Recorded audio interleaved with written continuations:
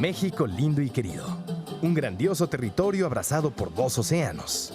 Rico en recursos naturales y culturas milenarias. México, uno de los más hermosos países del planeta. Poblado por gente nostálgica, alegre, sensual, amable, hospitalaria, explotada, reprimida, sometida, aterrorizada. México, con toda su fortaleza, ha tenido que crecer enfermo. Los mexicanos se han rendido ante la presión del poder y han sido víctimas de todo tipo de abusos. ¿Pero han podido denunciarlos? ¿Han podido expresar su inconformidad? ¿Sus reclamos?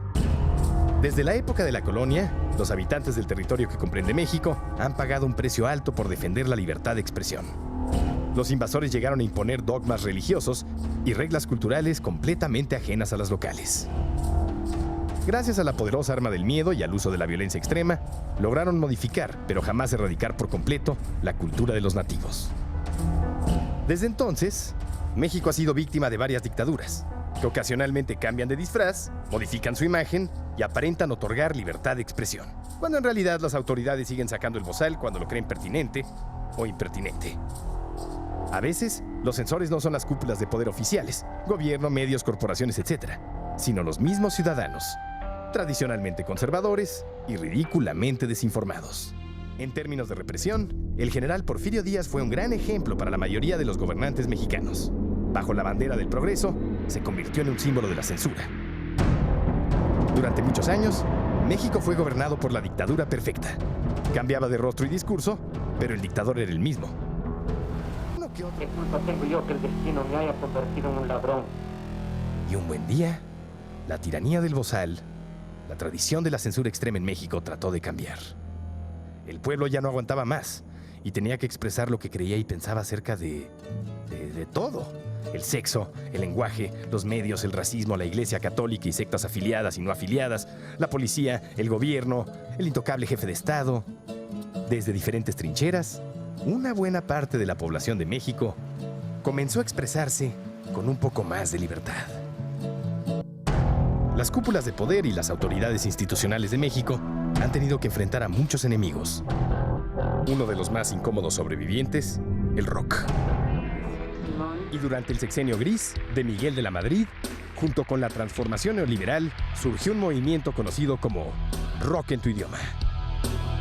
Ahí metieron a bandas latinoamericanas, españolas, mexicanas de pop. No más que les latía decir que era rock. Es como lo que está pasando actualmente. A la par de todo eso, en México hubo un movimiento de punk muy chingón. Pues es que México es el país que tiene más punks, ahí donde hay más pobres. Pero el país tenía que avanzar rápidamente para cumplir con las necesidades económicas internacionales. La esperanza capitalista neoliberal, la culminación del proceso de modernización de México, encarnada por un mesías tecnócrata. Y desempeñar leal y patrióticamente el cargo de presidente de la República que el pueblo me ha conferido.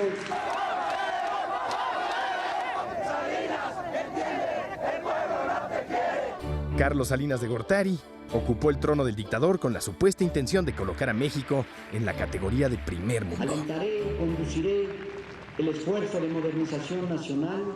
Y ganó la presidencia gracias a una supuesta caída del sistema de conteo de votos. Mi abuelita, mi papá, bueno, todos están votando y ya murieron. Pero eso no importaba. México, con sus pretensiones neoliberales, finalmente tenía que cambiar, actualizarse, modernizarse. México quería ser fresa, gabacho, cool. Ahora Salinas tenía que legitimar su presidencia. Y a diferencia de otros presidentes, manejó una extraordinaria estrategia de comunicación dictatorial, la cual no dependía tanto de la censura, sino de la autocensura. Y logró venderle al pueblo que era el salvador de México. Renegoció la deuda externa y le propuso un tratado de libre comercio a Estados Unidos y Canadá. El nuevo presidente se encargó de vender todo lo que tenía a su alcance.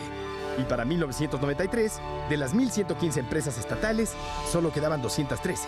También privatizó el campo, desmantelando los ejidos y aumentando el flujo de migrantes a Estados Unidos. Para la clase media y la oligarquía, Salinas era un presidente ejemplar. En Estados Unidos, era la faceta del dictador que habían esperado durante más de medio siglo. Y en el resto del mundo, era visto como un Gorbachov latinoamericano, perestroika la mexicana. México era ahora oficialmente un país en vías de desarrollo. Un país triunfador. Netherlands Miss Universe is Mexico, Lupita Jones. Pocos días después de la toma de posesión de Zedillo, llegó el error de diciembre. El error que provocó el llamado efecto tequila, por el impacto de la economía mexicana a nivel internacional. Pero entonces empezaron los reclamos. Los cedillistas le decían a los salinistas, oigan, dejaron la economía puesta con alfileres. Y los salinistas le decían, sí, pero ustedes se los quitaron, ¿no? El error obedece a un cúmulo de sucesos. Matan al cardenal Posadas, se van los inversionistas corriendo. Se muere Colosio, se van los inversionistas corriendo. De repente hay un retiro masivo del capital. Y todo ello en un periodo de un año en donde Zedillo entraba el 1 de diciembre. Entonces entra Zedillo sin mucha capacidad de maniobra y entonces lo que se viene es una lucha descarnada. Y por supuesto que con esto no es que se haya caído el modelo neoliberal, lo que se cae es el modelo salinista. Las repercusiones sociales que tuvo esta crisis fueron incalculables. Muchos mexicanos perdieron las casas y autos que habían comprado en contratos de tasa variable. Otros más perdieron absolutamente todo lo indispensable para sobrevivir. En su momento, esta terrible crisis económica fue considerada como el fin de la clase media mexicana. Esfera política. En 1995 no existía ni un miligramo de esperanza. México estaba profundamente herido. Pues todo lo que conocía para entonces eran 23 años de vida con el PRI, ¿no? Y te toca escuchar desde tus abuelos cómo se quejaban, o sea, cómo se murieron quejándose del PRI. Empiezas a analizar y te empiezas a emputar. Es como una cosa normal del ciudadano mexicano, ¿no? O sea, vas creciendo y te vas emputando. A mí me pareció que estábamos ante el grupo que encarnaba perfectamente el descontento y al mismo tiempo el sinsentido de la época. Y justamente por eso es importante que surja Molotov, porque ya no es un movimiento político, es un grupo de rock. No pretende tener, digámoslo así, una plataforma de cómo debe ser el país, sino que lo que sí nos quiere decir muy claramente es que ese país no está bien. O sea, tenías a Maldita, que se quejaban de unos juniors impunes. Maldita Vecindad, por ejemplo, se implicó mucho con causas populares. Y había otros grupos más under que a lo mejor tenían un mensaje poderoso, pero que musicalmente no tenían las herramientas para articularlo bien. Y no era tan divertido, ¿no? De repente era puta, sí, estamos muy mal, muy mal, muy mal, muy mal, muy mal, muy mal, pero nunca había algo como decir, sí, estamos muy mal, pero...